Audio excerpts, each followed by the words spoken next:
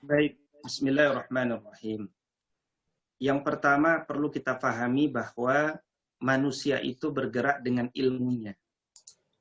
Ya, jadi kita yang telah memiliki ilmu harus menyadari bahwa manusia itu enggak sama. Kenapa?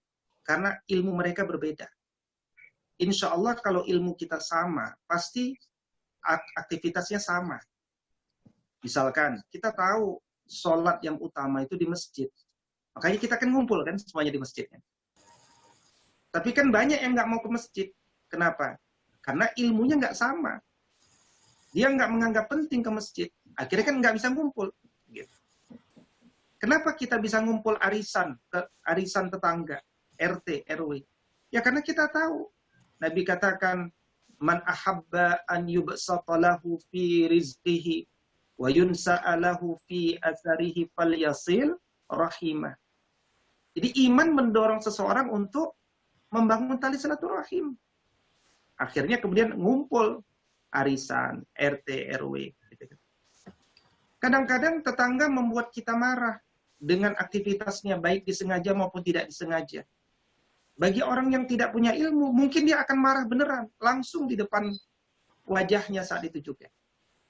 Tapi bagi orang yang berilmu, dia sadar, saya tinggal sama tetangga saya bukan sehari 2 hari.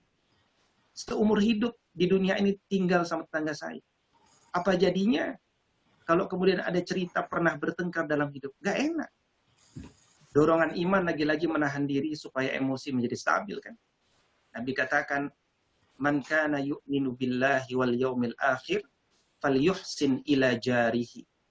Barang siapa orang itu beriman kepada Allah dan hari akhir, orang itu akan berbuat baik kepada tetangga. Nah, karena itu kemudian Bapak, yang penting perlu kita hadirkan adalah selalu menjaga diri agar selalu bergerak dengan ilmu. Adapun perubahan terjadi atau tidak, itu wilayah Allah, bukan wilayah kita. Ya, tidak perlu bersedih. Kalau sudah berusaha semaksimal mungkin, ternyata perubahan tidak terlalu signifikan. Perubahan itu wilayah Allah, Pak. Wilayah kita adalah menghadirkan proses yang benar. Bersedihlah kalau kita kemudian jadi malas untuk berbuat baik di lingkungan. Gara-gara yang lain juga malas. Bersedihlah kalau kemudian kita nggak pernah mengajak manusia untuk berubah. Jadi yang dinilai oleh Allah itu kitanya berbuat atau tidak. Perubahannya milik Allah. Ya. Nah yang kedua adalah selain kita tetap terus bersemangat istiqomah mengajak kebaikan, juga tetap istiqomah menjaga diri agar tidak berbuat kemaksiatan.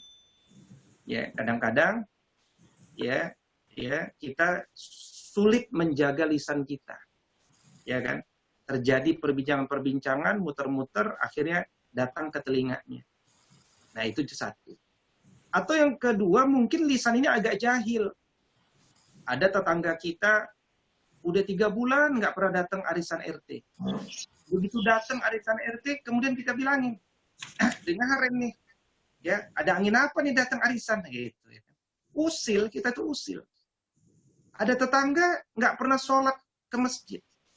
Sekali-kali dia semangat dapat hidayah, entah dengar ceramah siapa gitu di YouTube, dia datanglah ke masjid, ke musola antum. Pada usil menurut kita. Ah, si Fulan jadi soleh nih sekarang nih. Ya, kesambet apa dia nih? Jadi jangan-jangan kita juga penyebab orang itu akhirnya kembali lagi ke asalnya. Karena itu Bapak, mari kita juga jaga lisan kita. Pura-pura nggak tahu aja kalau ada terjadi perubahan. Ya, Allah yang mengubah jiwa seseorang itu. Yang penting tetap berbuat kebaikan, penuh kesabaran, dan jaga lisan maupun tindak tanduk kita. Insya Allah, mudah-mudahan perubahan itu pelan-pelan akan berubah. Biiznillah.